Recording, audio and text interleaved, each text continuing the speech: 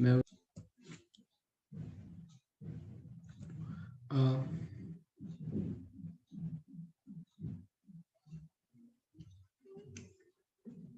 Tanmay prefer to ask on the solution app. Okay. तो dynamics of circular motion की बात करें तो इसमें बेसिकली हम ये पढ़ने वाले हैं forces involved in a circular motion. Involved in a circular motion. कौन कौन से फोर्सेस हैं जो कि सर्कुलर मोशन में इन्वॉल्व हैं. तो see there are two forces which are involved. There are two forces which are involved in a circular motion. One is centripetal force and another is tangential force.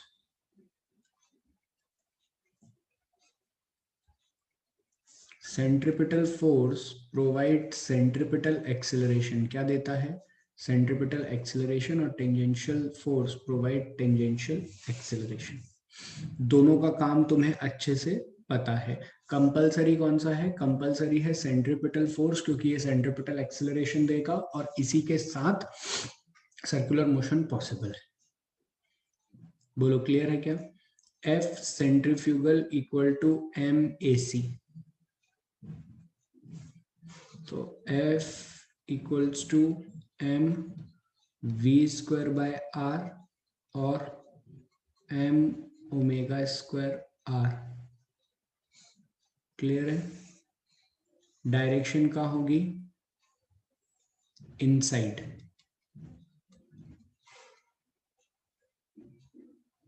Towards centre.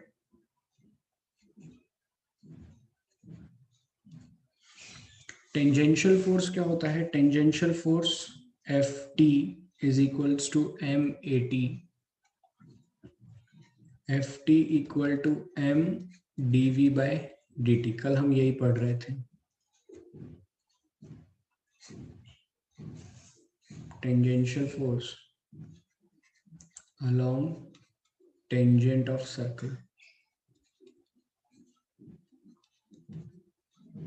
Clear हुई इतनी बात? ये दो forces हैं जो कि जिम्मेदार हैं. ठीक है. इसका काम होता है सिर्फ और सिर्फ स्पीड बढ़ाना और इसका काम होता है सेंटर की तरफ पार्टिकल को अट्रैक्ट करना. Attract towards centre. Attract towards centre of path. क्या दोनों बातें समझ में आई? कौन कौन से दो फोर्स की मैंने यहाँ पर बात करी है? वो दो फोर्स जो कि सर्कुलर मोशन में खूब काम आएंगे, दैट इज. अच्छा, कंपलसरी कौन सा फोर्स है? कंपलसरी कौन सा फोर्स है?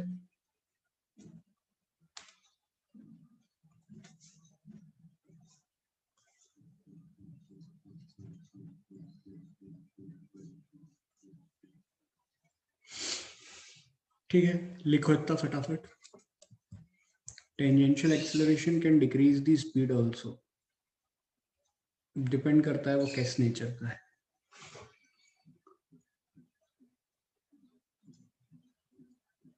चलो समझे क्या इतना?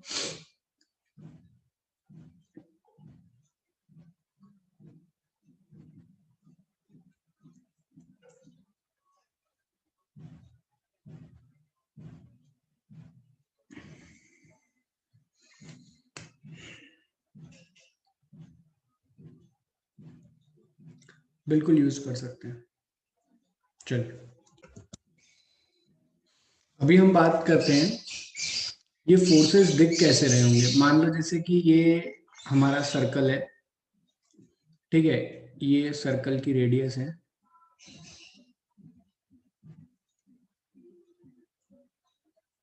R. क्या है रेडियस? R. और ये गाड़ी चल रही है. अच्छा एक बात है ना, जब तक मैं आप लोगों को नहीं कहूं, एक सेकंड इधर देखो. मैंने बता दिया था क्या horizontal circle? Horizontal circle explain कर दिया था मैंने. हाथ पे बना के, इधर देखो सब लोग, एक सेकंड मेरा हाथ देखो, ये मेरा हाथ है, इस पे ये पेन ने सर्कुलर मोशन किया।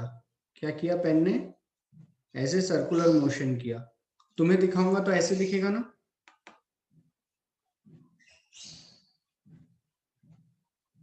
तुम्हें वर्टिकल दिख रहा है, लेकिन हुआ क्या है?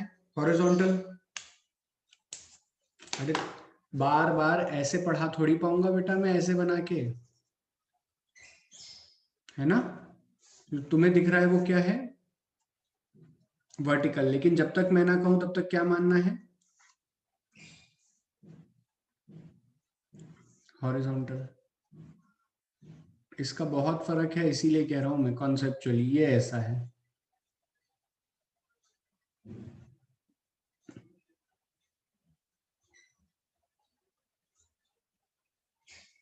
तुमको स्क्रीन पे ड्रॉ करूंगा तो ऐसा ही दिखेगा,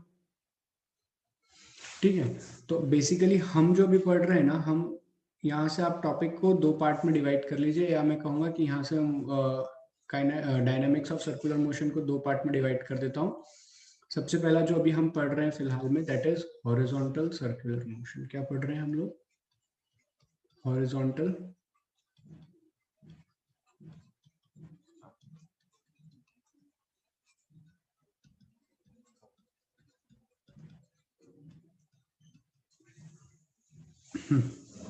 तो तुम किसी भी पॉइंट पर देखोगे, मान लो जैसे तुमने ये पॉइंट देखा, तो इस पॉइंट पर मान लो 80 इधर लग रहा होगा। क्या हो रहा होगा सर? अगर हम ध्यान से देखें तो 80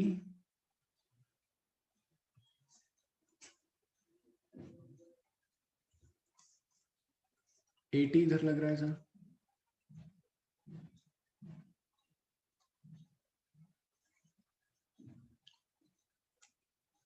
और ए सेंट्रीपिटल इधर लग रहा है। बोलो, या और अच्छे से कहें ना सर, तो एफ टेंजेंशियल फोर्स इधर लग रहा है और एफ सेंट्रीपिटल इधर लग रहा है, तो रिजल्टेंट एक्सेलरेशन ये है ए नेट, या रिजल्टेंट फोर्स जो है वो ये है एफ नेट। बोलना है। और ये सब कहाँ से हो रहा है? जब हम ग्राउंड पे से एक पार्टिकल को बैठ के देख रहे हैं। कहाँ से देख रहे हैं हम? ग्राउंड पे से जब हम एक पार्टिकल को बैठ के बढ़िया तरीके से जमीन पे से बैठ के देख रहे हैं, तो ये सारी पंचायत हो रही है। बोलो ना यार, तुम्हें क्लियर हुई क्या इतनी बात सभी को अच्छे से? ये डायग्राम बनाओ सभी लोग।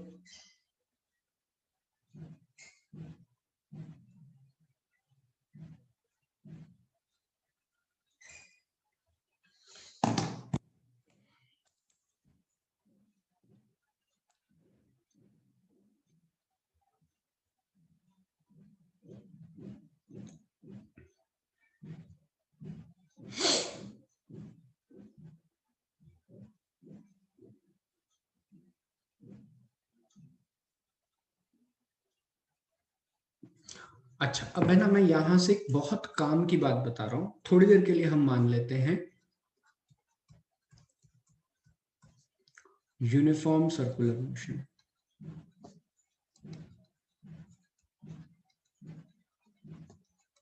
इसका अंग्रेजी में क्या मतलब हुआ? 80 जीरो अल्फा जीरो। बोलो ना यार, यही हुआ ना? मान लो ये एक ट्रैक है,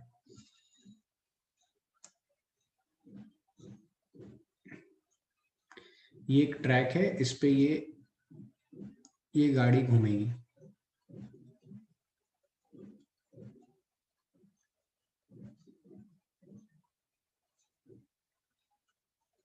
ऐसी घूम रही है ना गोल। जब इस ट्रैक पे ये गाड़ी घूम रही है, बच्चों ध्यान से देखना, मेरे लिए इसमें पढ़ाना थोड़ा आसान होता है और आप लोगों को भी जल्दी विजुअलाइज होता है, इसीलिए अपन इसको वर्टिकल कर लेते हैं। हो हॉरिजॉन्टल ही रहा है। क्या हर बार अंदर की तरफ एक सेंट्रीपिटल फोर्स लग रहा होगा? कहीं से भी देखेंगे तो बोलो sir, every point centripetal, centripetal force, centripetal force, centripetal force लग रहा है। बोलो ना यार, क्लियर है क्या? अच्छा, हमको एक कहानी समझ में आई कि हर बार अंदर की तरफ सेंट्रीपिटल फोर्स लग रहा है, टेंजेंशियल नहीं लग रहा है। बेसिकली ध्यान से देखो तो, और मैं कहूं तो एक एक्सेलरेशन लग रहा है ना, सेंट्रीपिटल एक्सेलरेशन अंदर की तरफ। अरे यार क्या लग रहा है? इसका मतलब क्या होगा अगर सर आप इस पॉइंट पे लिखोगे एफ नेट बराबर, तो आपको मिल जाएगा ना M A C. F net बर, अब यहाँ पे इत्मीनान से और बिल्कुल ध्यान से मेरी बात सुनना कि ये जो एफ नेट होगा ना, ये एफ नेट कौन बनेगा? मैंने तो कहा कि कार गोल घूम रही थी, और जब कार गोल घूमी तो उसको अनिवार्य रूप से सेंट्रिपिटल एक्सिलरेशन चाहिए था। जब कार गोल घूम रही थी तो उसको अनिवार्य रूप से सेंट्रिपिटल एक्सिलरेशन चाहिए था, लेकिन ये सेंट्रिपिटल एक्सिलरेशन मिलेगा एक फोर्स की मदद से। वो फोर्स कौन होगा? बातों को दिमाग में बैठाना। ये सेंट्रिपिटल एक्सिलरेशन मिलेगा एक फोर्स से, इसका मास में मल्टीप्लाई कर दे, मैं आम भाषा में कहूं तो ये बन गया सेंट्रिपिटल फोर्स। क्या बन गया? ये सेंट्रिपिटल फोर्स है ना। अब मैं कहूं कि अगर एक गाड़ी गोल घूम रही थी तो उसको गोल घूमने के लिए एक फोर्स की आवश्यकता थी, जो कि था सेंट्रिपिटल फोर्स। तो ये किसी ने देना चाहिए ना वहां जाकर के कि ले भाई ये सेंट्रिपिटल फोर्स, बिना इसके तेरा काम होने वाला नहीं है, तू मुड़ नहीं पाएगा। बोलो अरे यार, हाँ या ना बोलो सभी लोग। वो सेंट्रिपिटल फोर्स कौन देता है?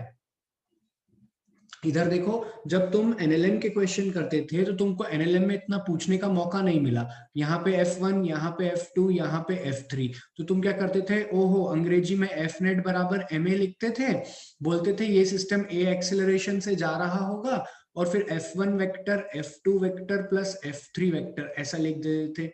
अगर मैं तुमसे आज उसको इंटरप्रेट करने का कहूं तो सर उसका, इस इक्वेशन का वर्ड मीनिंग ये होगा ना कि this new force M A C या M A is given by these three forces, sum of vector sum of these three forces. हाँ या ना बोलो ना यार। उसका मीनिंग तो यही है इक्वेशन का। तो यहाँ पे भी इस इक्वेशन का मीनिंग तो यही है कि m into a c is a centripetal force, and that is to be given by whom? वो एफ नेट कौन बनेगा? वो F1, F2, F3 कौन बनेगा? So that F net can be friction, can be normal reaction, can be tension,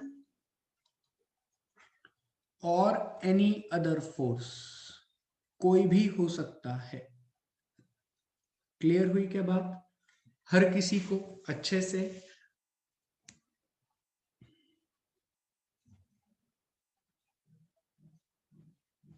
मैं नहीं पढ़ा रहा बेटा तन्मय बैंकिंग ऑफ रोड, क्यों आगे भाग रहे हो? क्या इतनी बात समझ में आई? आज के बाद किसी को ऐसा तो नहीं कहोगे कि गोल घूमने के लिए ना हमको सेंट्रिपिटल फोर्स लगाना पड़ता है और सेंट्रिपिटल फोर्स ही चाहिए। सेंट्रिपिटल फोर्स तो चाहिए, लेकिन वो देता कौन है? It can be given by any of these. कभी फ्रिक्शन हमारी मदद कर देगा सेंट्रिपिटल फोर्स के रूप में, कभी टेंशन कर देगा, कभी नॉर्मल कर देगा, कभी तीनों मिलके कर देंगे। समझे? इतना लिखो सभी लोग। इधर देखो, ये एक पत्थर है एम मास का, और ये ऐसा हॉरिजॉन्टल सर्कल में गोल गोल गोल गोल घुमाया जा रहा है। समझ गए डायग्राम? ये पत्थर ऐसा हॉरिजॉन्टल सर्कल में गोल गोल गोल गोल घुमाया जा रहा है। Find the tension in the thread. Find the, इसकी लंबाई L है, find the tension in the thread.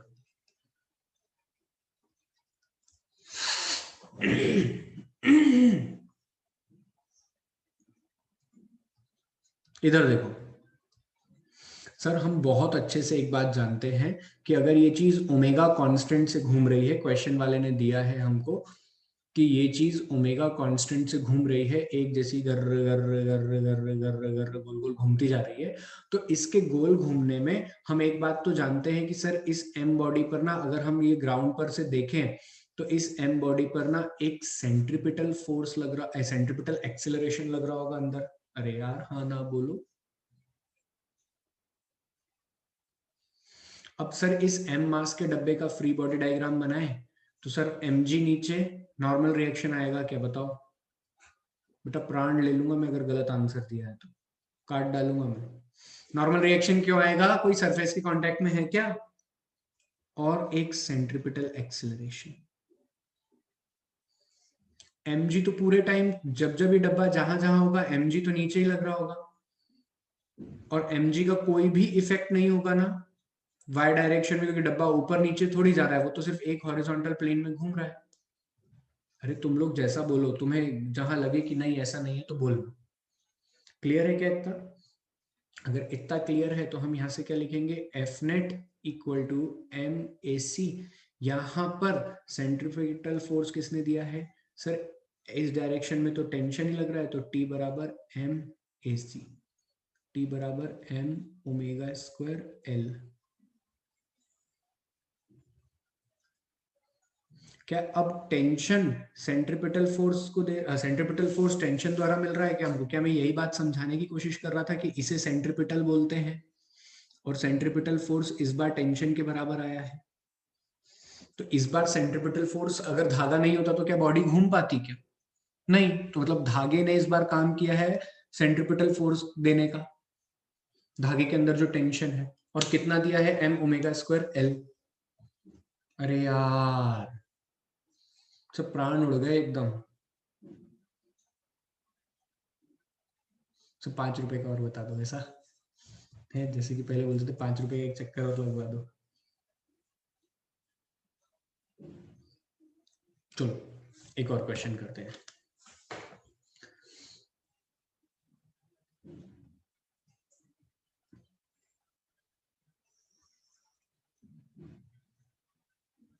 ये एक डब्बा है और ये दूसरा डब्बा है, सेम सिचुएशन। ये धागा नहीं है ना, ये धागा है, हमने इसको पकड़ा, ये दूरी है L और ये दूरी भी है L।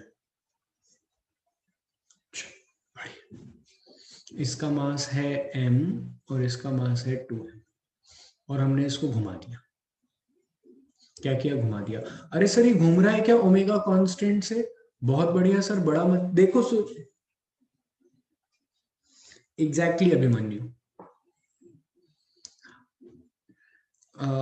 अब कितना फोर्स लगा तो देखो सर, हम m का फ्री बॉडी डायग्राम बनाएंगे और 2m का। धागा अलग अलग हो जाएगा सर, तोड़ के लगाया है, ये T1 और ये T2 बोलो। मैंने बताया है ना टेंशन अलग अलग धागे में अलग अलग होता है। तो सर इधर क्या लगेगा, इधर लगेगा T1, इधर भी लगेगा T1, इधर लगेगा T2, लेकिन सर इन दोनों पर ना सेंट्रीपिटल एक्सीलरेशन AC लग रहा है। अरे यार क्या फ्री बॉडी डायग्राम एकदम परफेक्ट है? क्या किसी की आत्मा में कोई दुख है? नहीं। तो पहले लिखते हैं एफ नेट बराबर एम ए सी। तो नेट फोर्स कितना है T1, मास कितना है 2m, और सेंट्रीपिटल एक्सीलरेशन कितना होगा, ओमेगा स्क्वायर आर फॉर्मूला लिखवाया था आपने, ओमेगा स्क्वायर से तो घूम रहा है, लेकिन इसकी जो रेडियस है ना यहां से यहां तक, वो 2l है सर।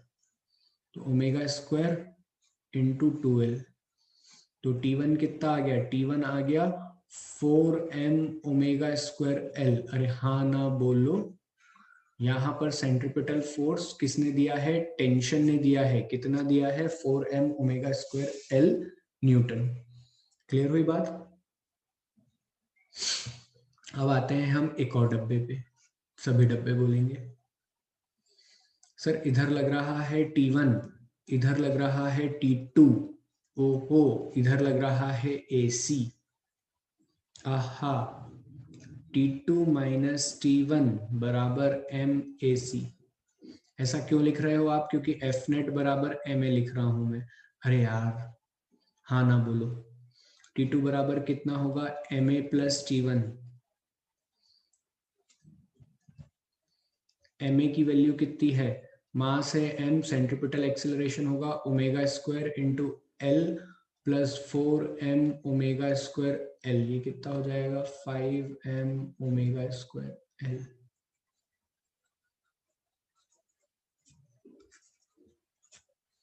क्या तीनों दोनों आंसर समझ में आए सभी को? बहुत टफ है क्या? अरे सर ये तो वापस से न्यूटन्स लॉ पे ले आया, एफ नेट बराबर एम ए। बस बुद्धि चलना चाहिए, ए लिखना कैसे है, और ए कोई भी दे सकता है।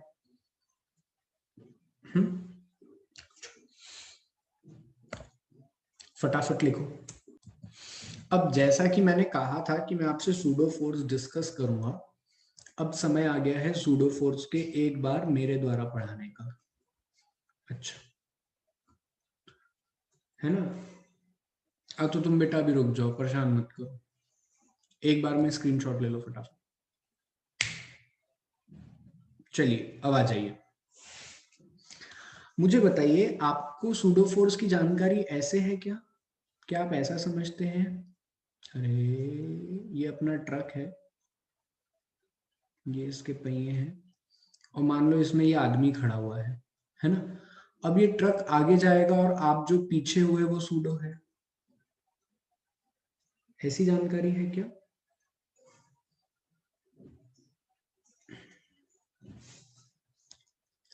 हम्म,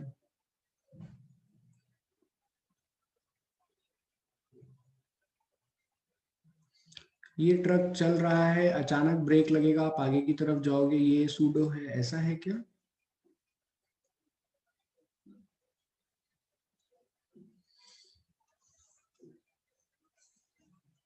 प्लीज, ये सब सूडो नहीं है, ये इनर्शियल कॉन्सेप्ट्स है।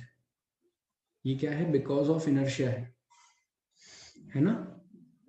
ये झटके, जर्क बोल लो, आप कुछ भी बोलो, लेकिन ये इनर्शिया, ये सूडो फोर्स नहीं है। आपने कहीं भी पढ़ा हो, मुझे नहीं पता, लेकिन ये सूडो फोर्स नहीं है। क्लियर?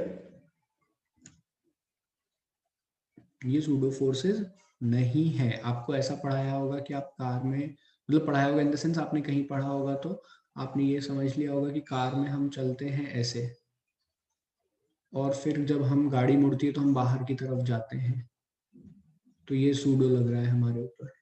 ऐसा पढ़ा है क्या? तो ये भी सूडो नहीं है, ये भी सूडो नहीं है।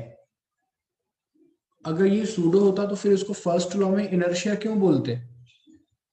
मैंने तो एग्जांपल दिए थे सारे, inertia of rest, inertia of direction, और इनर्शिया ऑफ मोशन, इन सब के एग्जांपल दिए थे ना मैंने। तो अगर आपने ऐसा समझा है तो ये एब्सोल्युटली गलत है। अब क्या है सूडो ये समझो। पहले मैं बिल्कुल एक न्यूमेरिकल करूंगा तुम्हारे सामने, जिसका जवाब तुम लोगों को आता है, बस तुम्हें देखना है ना? प्लीज बातें मत करो, बिल्कुल प्लीज बातें मत करो। क्या लिख रहे हो सर जो न्यूटन लॉ को फॉलो नहीं कर? तुम प्लीज सुनो बेटा अभी, है ना?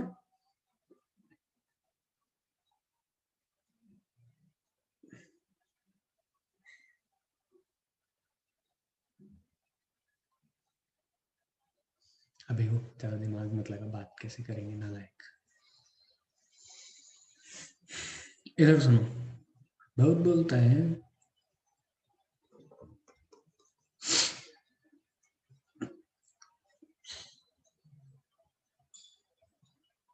क्या कह रहा है?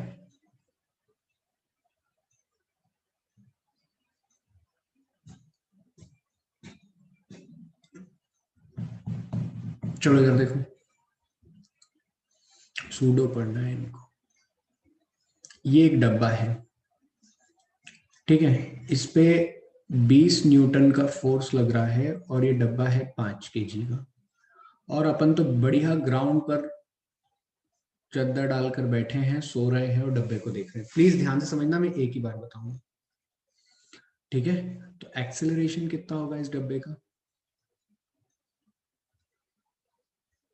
देखो मेरी बात सुनो, तुमसे सूडो के न्यूमेरिकल बन गए थे क्योंकि तुम्हारे दिमाग में एक बात बैठ गई थी कि मोशन के अपोजिट लगाना है, सॉल्व करना है। न्यूमेरिकल तुम्हें अभी नहीं भी पढ़ाऊंगा तो भी तुमसे बन जाएंगे, है ना? मतलब इतनी कला है। लेकिन इस कॉन्सेप्ट को समझो, ये काफी अच्छी फीलिंग वाला कॉन्सेप्ट है, सारी बातें फीलिंग की हैं। चलिए, कहते हैं ना भावनाओं को समझे। अब इसके ऊपर प्लीज मेरी बात सुनो, इसके ऊपर एक डब्बा रख दिया, फ्रिक्शन लेस है, ये पूरा फ्रिक्शन लेस है, अपन ने इसके ऊपर एक डब्बा रख दिया। बिल्कुल ऑब्वियस सी बात है सर, अगर ये फ्रिक्शन लेस है, ये भी म्यू बराबर 0 है, और ये भी म्यू बराबर 0 है, तो ये डब्बा नीचे से सरक जाएगा और ये यहीं रह जाएगा। बोलो यही होगा, ऑब्वियस सी बात है, और ये ग्राउंड पे से हमें दिख भी रहा है, ठीक है? लेकिन तुमने कहा अरे इस डब्बे के तो अपन इस हरे कलर के डब्बे, यही होगा ना बच्चों? तुम्हें यही फील आता है, जो तुम्हें फील आए वही बोलना है बस। तुमने कहा ऐसे थोड़ी छोड़ेंगे इसको, लगाओ 20 न्यूटन का फोर्स, मास अभी भी रहने दो 5 kg। निधि, क्या मैं सही बोल रहा हूं? यही होगा। और तुमने क्या सही, तुमने भी सूडो फोर्स यही समझा है बेटा? जवाब दो, अभी ध्यान से सुनना है ना, प्लीज प्लीज बिल्कुल ध्यान देना इधर।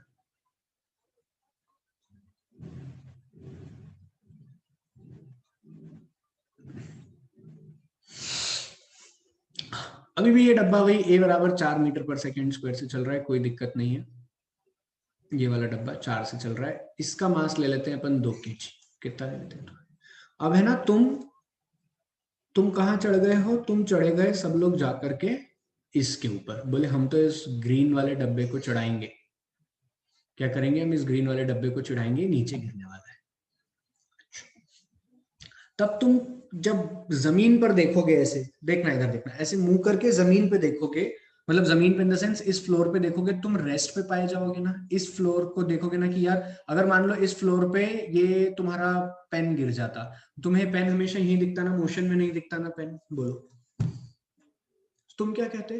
अरे यार मैं तो चल रहा हूं और ये हरा वाला डब्बा पीछे जा रहा है यार, ये जो हरे कलर का डब्बा है ये पीछे जा रहा है, मैं खड़ा हुआ हूं और हरा वाला डब्बा पीछे जा रहा है। अरे यार बेटा हाँ या ना बोलो ना यार। और अचंभे की बात, कुछ लग भी नहीं रहा है इसमें तो फोर्स, तो भी ऐसा कैसे? ये बात तो गलत है ना? ये वही दिन है बचपन के, इधर देखो, ये वही दिन है बचपन के जब ये आइसक्रीम के बोर्ड के पास से तुम पास होते थे अपने स्कूल बस में से, और ये बस आगे निकलती थी और तुम बस में बैठ के देखते थे, तुम्हें बोर्ड पीछे जाता हुआ दिखता था। अरे यार मैं गलत नहीं कह रहा हूं।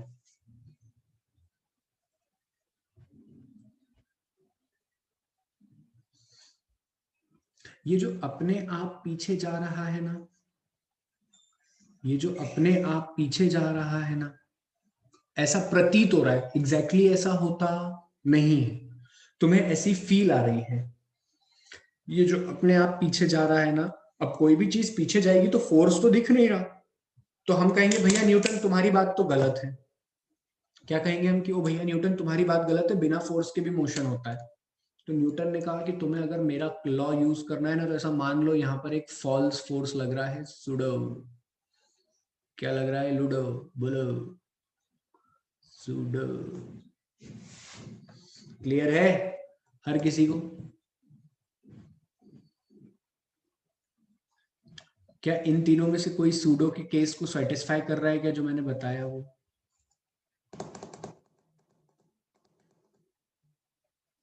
ठीक है।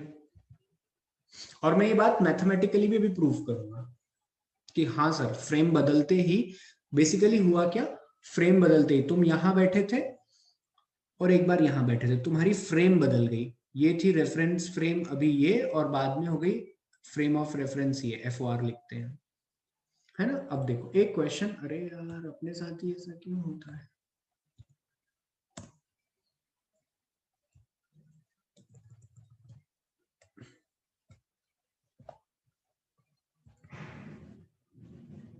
एक क्वेश्चन करते हैं, बहुत सिंपल सा क्वेश्चन करेंगे। ये एक डब्बा है, ये एक वो है गाड़ी, गाड़ी में यहाँ पे एक डब्बा रखा हुआ है,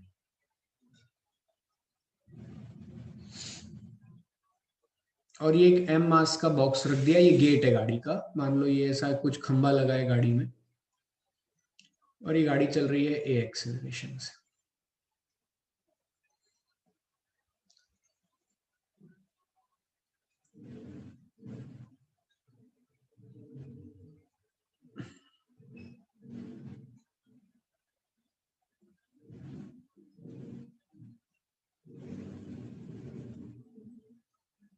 एक बार तुम यहां खड़े हो और एक बार तुम जमीन पर।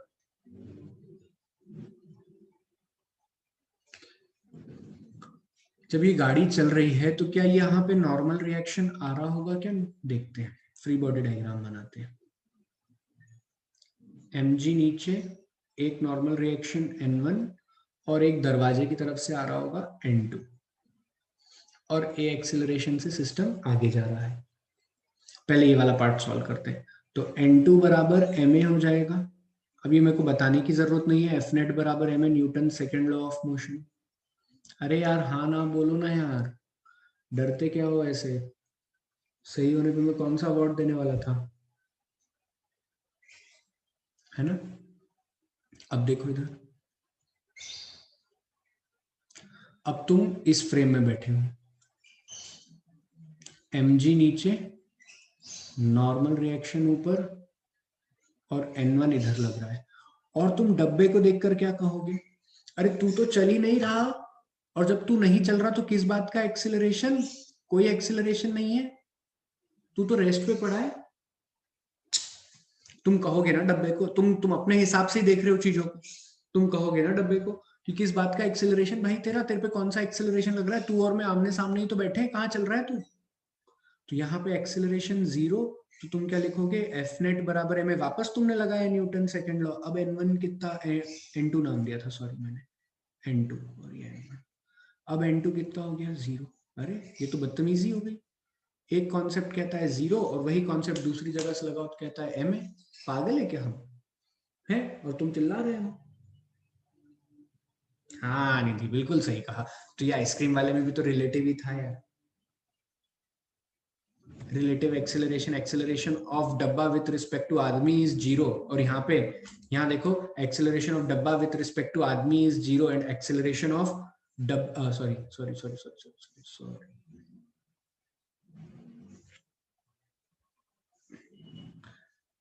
एक्सेलरेशन ऑफ डब्बा विथ रिस्पेक्ट टू आदमी इज नॉट 0। बोलो ना यार, कहीं ना कहीं रिलेटिव कॉन्सेप्ट की बात करता है सूडो फोर्स में।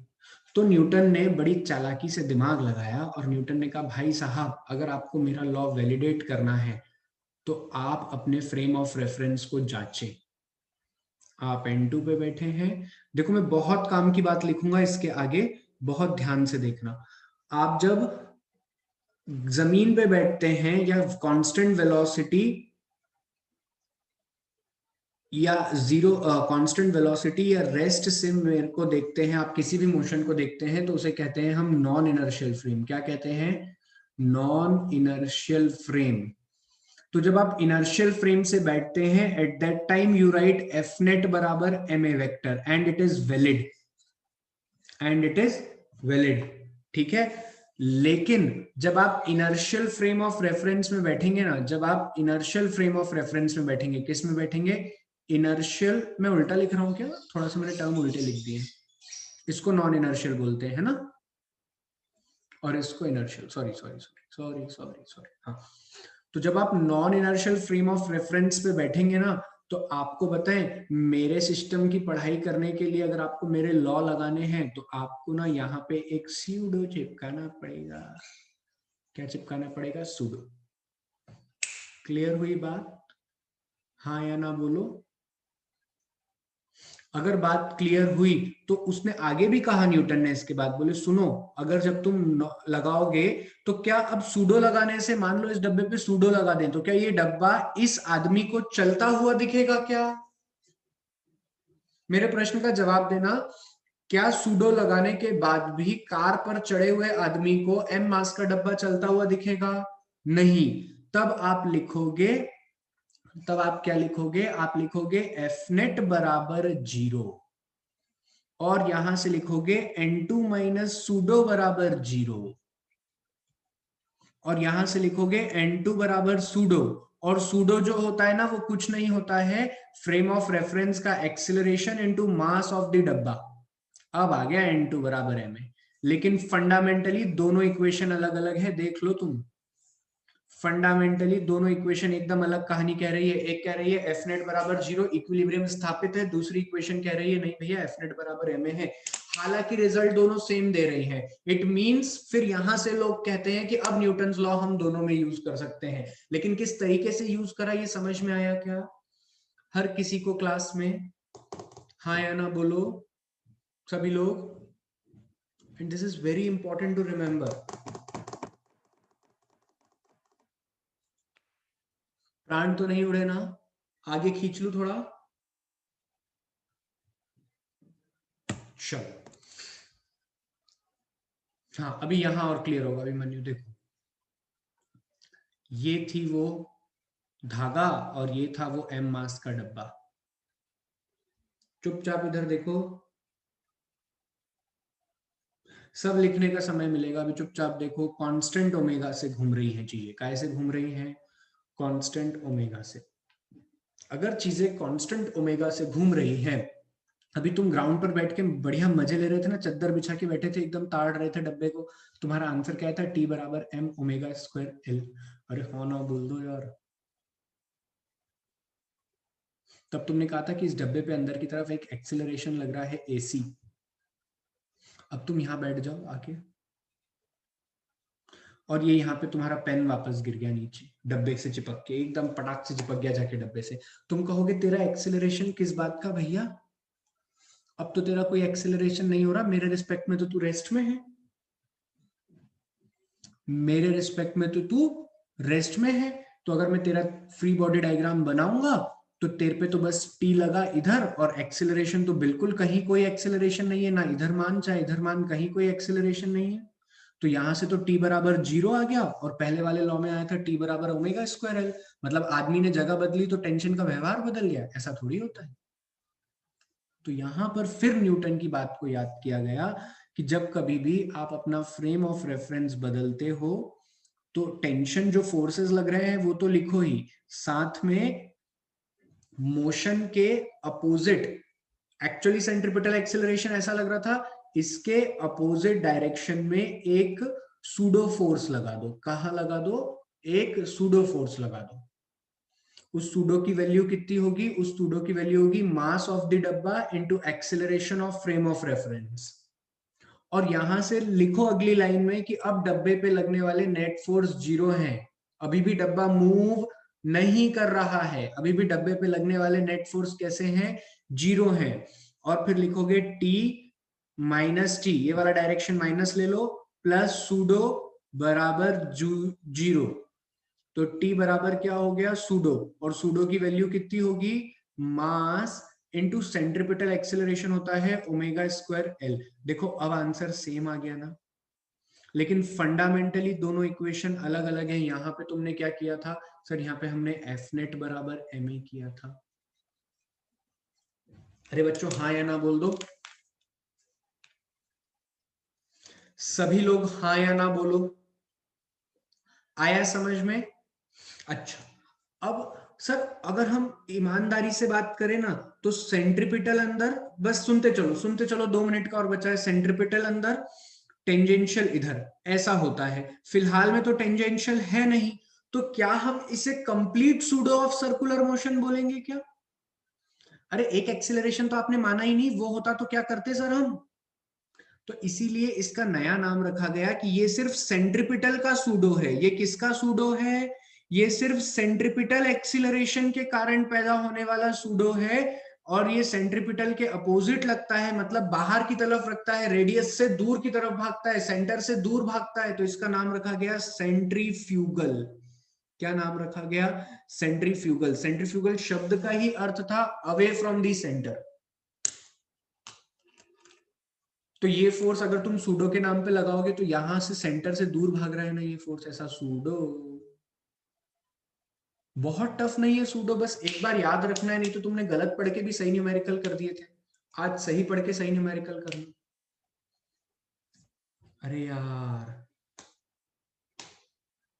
क्लियर हुई क्या बात? अरे ये न्यूमेरिकल ही तो था मेरे भाई, एग्जाम्पल।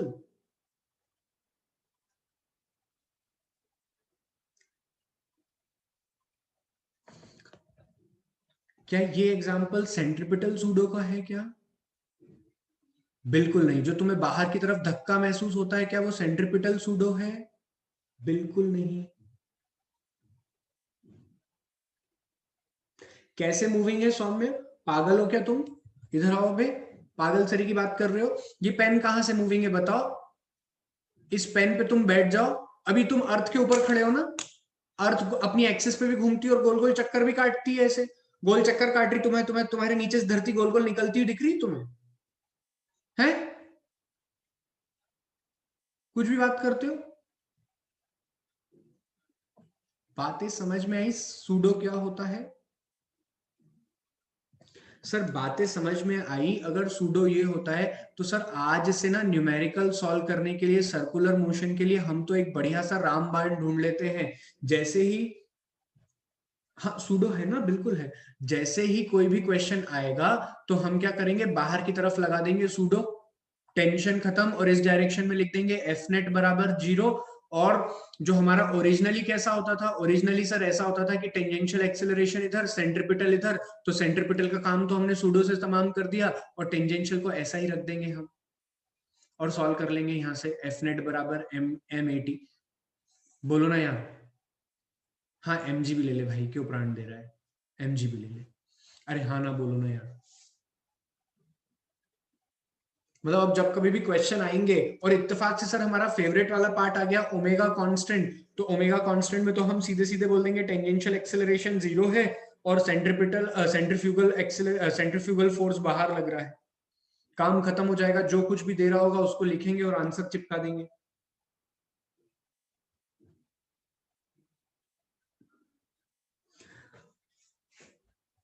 क्लियर हुई क्या बात अच्छे से? मैंने तुम्हें कैसे पढ़ा दिया, मैंने तुम्हें ये पढ़ा दिया कि सर्कुलर में दो फोर्स लगते थे, टेंजेंशियल और सेंट्रीपिटल, और सेंट्रीपिटल का सूडो होता था सेंट्रीफ्यूगल। तो अब जब कभी भी पढ़ना हो तो सेंट्रीफ्यूगल और टेंजेंशियल से काम चला लो अपना।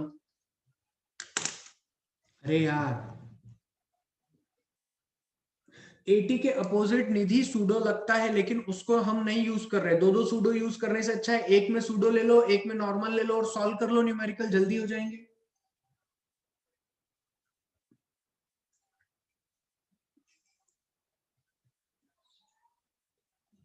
क्लियर हुई कहानी? टेंजेंशियल के अपोजिट सूडो लगता है, पर मैं टेंजेंशियल के अपोजिट सूडो नहीं लिख रहा। इधर देखो, इधर देखो, इधर देखो, इधर देखो, कहां गया, ये देखो, ये यहाँ पे मैंने लिखा था ना F80 FC, तो यहाँ पे F टोटल। अगर तुम इसके अपोजिट सूडो लेते हो, इसके सेंट्रीपिटल के अपोजिट लेते हो सेंट्रीफ्यूगल, टेंजेंशियल के अपोजिट सूडो लेते हो, बिल्कुल इसी लाइन के पीछे ही आओगे ना। अरे यार, हाँ ना बोलो, है ना? तो मैं चाह रहा हूं कि तुम इस ग्रीन लाइन को देखो और ये रेड लाइन को देखो, और अपना काम चलने दो, न्यूमेरिकल तुम्हारे सारे इससे सॉल्व हो जाएंगे, कहीं कोई दिक्कत आने वाली नहीं है।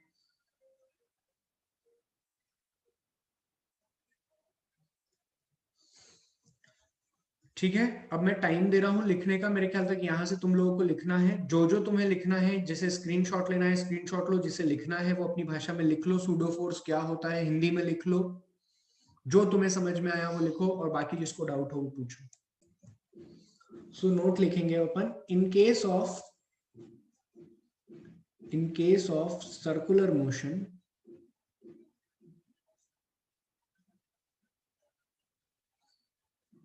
centripetal force is used to keep body on circular track.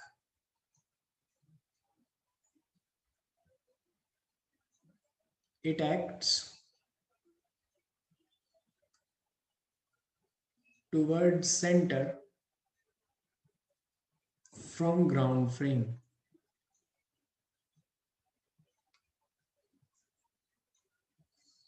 But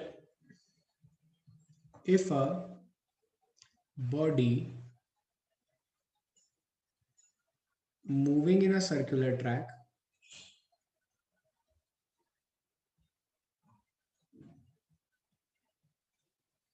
and if a body moving in a circular track and observer sits on the body,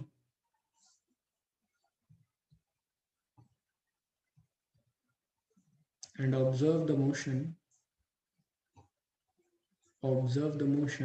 then there is no centripetal acceleration with respect to man, observer, on a body.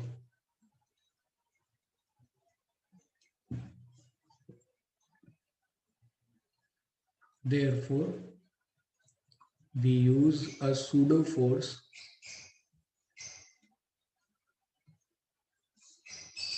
to satisfy Newton's second law of motion. This pseudo force is known as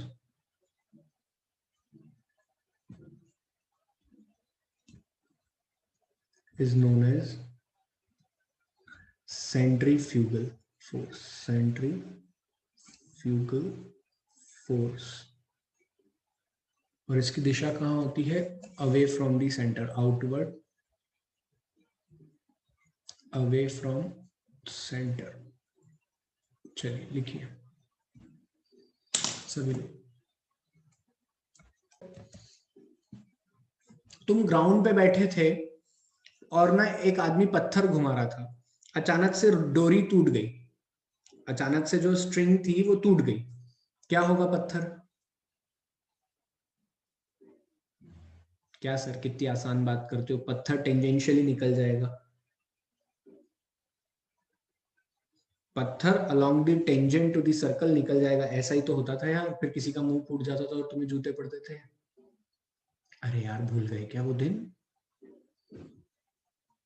ये पत्थर निकल गया तो ये ऐसा कैसा आ जाएगा सामने, है ना. अब अगर तुम मान लो, अच्छा ये टेंजेंशियली निकलता था,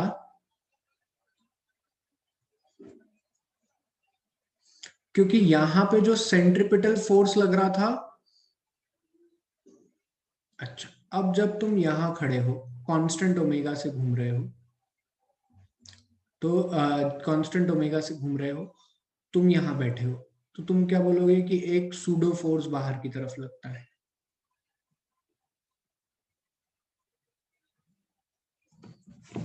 सूडो फोर्स बाहर की तरफ लगता है. अगर डोरी टूट गई तो अब पत्थर किधर जाते हुए दिखेगा? अगर स्ट्रिंग यहां पर टूट गई तो अब पत्थर किधर जाते हुए दिखेगा?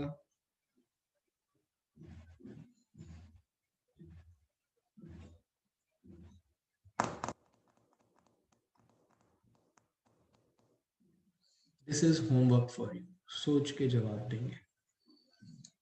अब लिखिए, सोच के जवाब देना, कोई जल्दी नहीं है.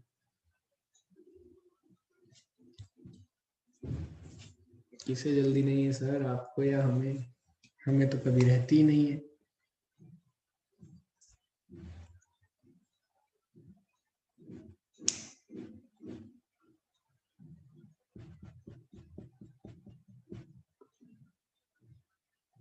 टेंजेंशियल फोर्स दोनों सिचुएशन में 0 है. अरे यार भैया, ओमेगा कांस्टेंट मान लो, है ना तुम लोग. ओमेगा कांस्टेंट है दोनों में, इधर भी और इधर भी. टेंजेंशियल फोर्स तो 0 है, भूल जाओ उसको.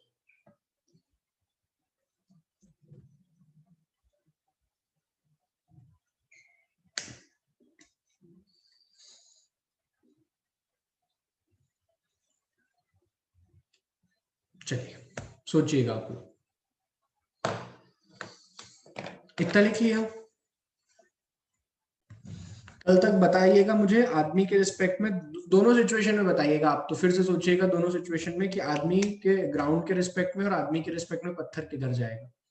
ओके, बाकी सबको क्लियर है? Centripetal force, centrifugal force, pseudo force, इनमें तो कोई कंफ्यूजन नहीं है. इस स्लाइड के पीछे सब कुछ क्लियर है. This is all for today's class. बाकी हम लोग नेक्स्ट क्लास में कंटिन्यू करते हैं. गुड नाइट बेटा.